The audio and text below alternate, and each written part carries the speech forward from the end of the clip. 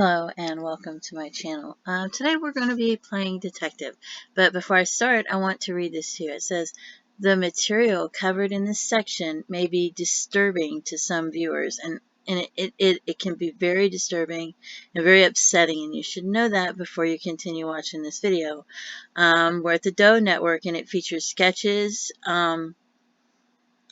reconstructions, and or public releasable images of unidentified persons and or their personal items. In some cases, links to post-mortems are provided. All reconstructions are the artist's interpretation of what the person may have looked like. Some features are the artist's estimations to complete the image and should not be used as a significant marker for identification. So this is where we're at, and it says the Doe Network is welcoming donations. Those donations will be used to support long overdue update and upgrade of our IT and supported systems, exhumations, and reconstructions of identified persons. The Doe Network is a 100% volunteer organization devoted to assisting investigating agencies in bringing closure to national and international cold cases concerning missing and identified persons. It is our mission to give the nameless back their names and return the missing to their families. We hope to accomplish this mission in 3 ways: by providing exposure to these cases on our website, by providing credible potential matches between missing and unidentified persons to investigating agencies, by striving to get much needed and deserved media exposure to these cases. We receive and accept tips regarding cases featured on our websites. All relevant information will be forwarded to the proper investigating agencies. While Doe Network values your privacy, we will respond to court orders and or requests made by investigating agencies in a timely manner regarding visitor information. We are not private detectives. Members within our organization work together, utilizing individual skill sets to ensure the success of our mission. Our volunteers and the users of our site are very important to us, and any feedback to improve this site is graciously accepted. So it says there are some case files listed on the Doe Network that contain a link that should lead to the nameless file. There may be some case files where this link does not work. This usually means that the person is no longer unidentified or missing. If you're trying to find a match for any file listed on the Doe Network and you find that the nameless link does not work, please notify us by sending us an email. Thank you. So, and there's their feature cases. So then we're going to go here, and they have the unidentified persons chronological index, and you can scroll to case files, and you can go to unidentified, you can go to missing, and you can get it by geographical, so that it'll tell you the areas that they're in, separated by, if it's in the United States, by states, and you can go by missing, and you can do that by alphabetical, chronological, or geographical. So I'm at the unidentified persons. That's the one I'm going to do today, but I go to case files, I go to unidentified, and I usually go to chronological. Sometimes I'll go to geographical. So then I'll go to US, and I will look, and I've already picked the one that I'm doing right now, because that was the last one I think that I was working on. And these are males, so then you can go here and you can say, oh, I want to view the females.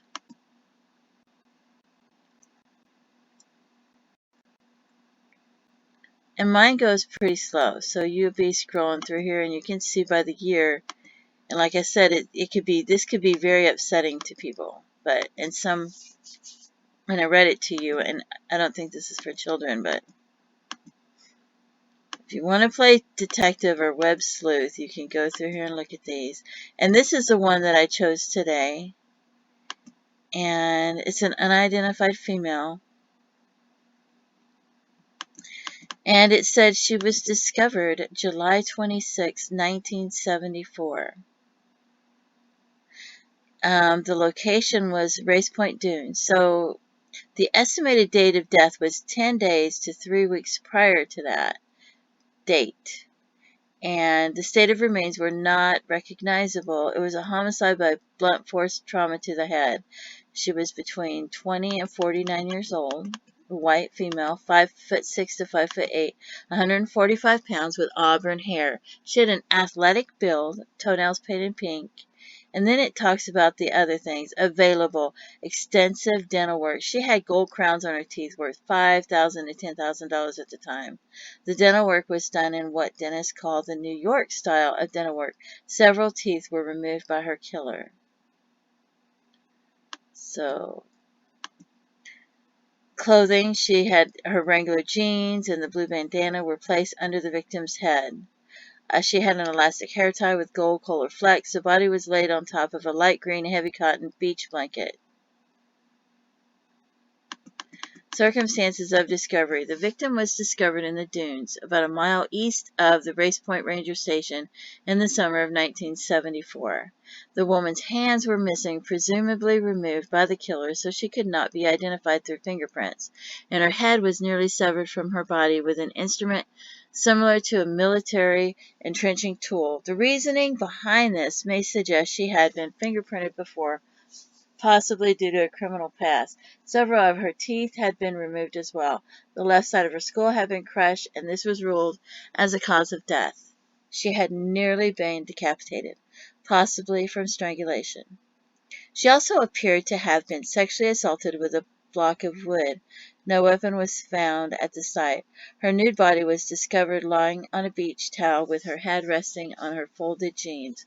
There was no sign of struggle, and the woman lay on half the towel as if she'd been sharing it with a companion. Authorities surmised that she may have known her killer or had been asleep at the time of her death. The body was exhumed in both 1980 and 2000 in attempts to confirm her identity.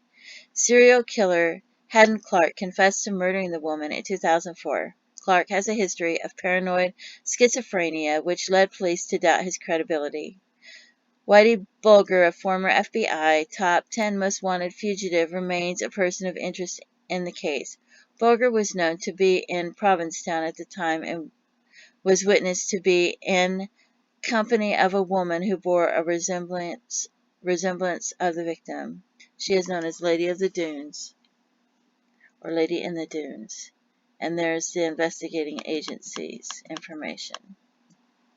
So, and there you can click on these. But it's very sad. You read it and you just want to cry, because it's very upsetting. So, anyway, so then I go and I look at the people that are missing at that time. So she was discovered July 26, 1974, and her estimated date of death was 10 days to 3 weeks prior. So, you look and you see who was missing then, and then you see all these people that were missing, and it's just very upsetting. And you can do it by location to see if they went missing in the area. And you can pull it up, and this is where the Race Point Lighthouse is. So there's Massachusetts, there's Connecticut, there's New York, there's Pennsylvania, Vermont, Maine, and there is Canada. So she could have came from those locations. So, and like I said, here's the people, and you can click on the individual ones to see what happens and to see, okay, she was 5'6" to 5'8" and 145 pounds. And so you click on one and it opens a new tab. And this one was 16 years old and she was 20 to 49 years old, 5'6" to 5'8". This one is 5'1", so you know it's not her. So if you want to go web sleuthing around, you can do that. And I found one in Canada. So 1974, June 20th, 1974. And this one was found June 26th. So then I'm going to slide this tab over. And this is an artist rendition, so this may not be what she looks like, but then I'm looking to see, does that kind of look like her or not, right? So then I click on it to get more information, because it says she was missing since June 20th, 1974 from Whitewood Falls, and I'm thinking, well, that's water, and this is water. Could she get from one place to the other? I mean, how would you get across the border and stuff? So then,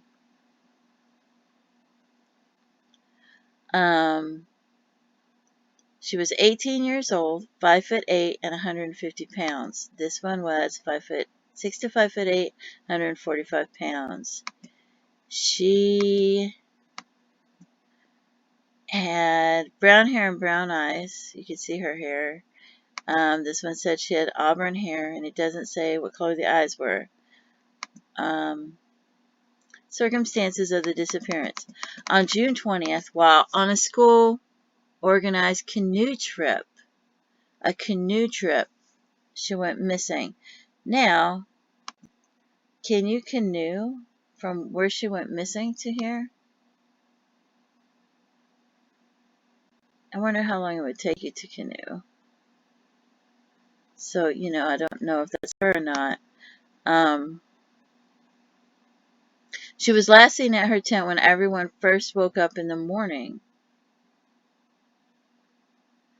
Most present at the camp felt that she fell into the fast-flowing waters of the Grass River. However, no one witnessed this. An extensive 10-day water and ground search was conducted with negative results. Foul play is suspected. So I don't know what happened to her, and it's really, like I said, it's really disturbing. It really upsets me. Every time I read any one of these, it just upsets me. So if I'm comparing them to others, it's really upsetting. But this says she was 20 to 49 years old, and she was only 18. This said she had athletic build, and so she's on a canoe trip. She's probably athletic. So, but I don't know about her teeth. It doesn't say anything about her teeth, so I don't know. And it doesn't say what she was wearing, so I don't know what she was wearing.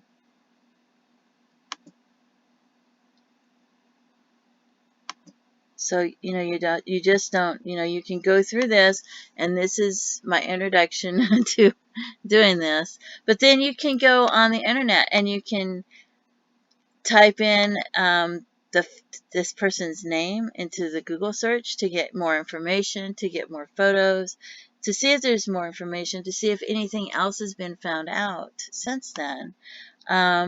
You have the case numbers. This one doesn't have a nameless link because she's in Canada. So, this might be her, this might not be her. What do you think? Do you think that's her, or do you think maybe it is somebody else? So then you can go on here and look.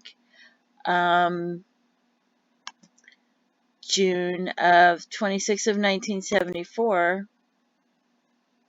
I'm going to slide this one way over there. June 27th, 1974. Do you see someone that has brown hair that is, how old was she supposed to be? 20 to 49 years old. So, and then, yeah. And was it somebody that would have been noticed that they were missing right away? Or, so. But there's the images of some of the people that are missing that you can click on. And like I said, just seeing these pictures can be very upsetting because I know that it upsets me. It really does. So I will go through and click them. And so there's some of them. And I'm going to do some other YouTube videos showing you other ones. And then you have to decide, do you think it's this person? Do you think it's that person? And then you look and try to find out more information because, you don't want to just go on, oh, well, she's the right age, she's in the area, do I think this is her or not? And it's so sad. It's so sad because, there's so many people that are unidentified that, and so many people that go missing that it's really upsetting because this is 1974 but it goes by year, and like I said, there's just so many people, and sometimes there's a lot in one day, but it breaks my heart. It really breaks my heart. But if you wanted to do something, this is just, I have a lot of hobbies. I'm writing my ebooks, I'm doing my YouTube videos, I've got my Bible YouTube videos that I try to do, and I've got the whole Bible online, and then I've got different playlists that I do. So, but this is just one of the things that sometimes I will do, and then it gets really upsetting, and then I just don't want to look at it for a while. But so I thought I would show you this, the Doe Network, if you want to go.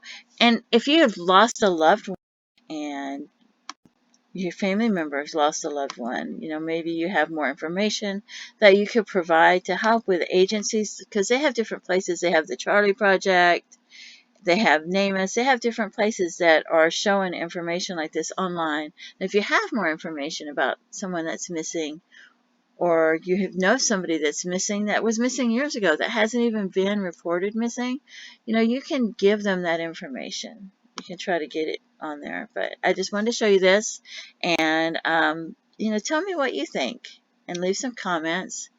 And I appreciate you watching my channel because I'm just a small channel. And thank you so much for tuning in. Have a great day. Bye-bye.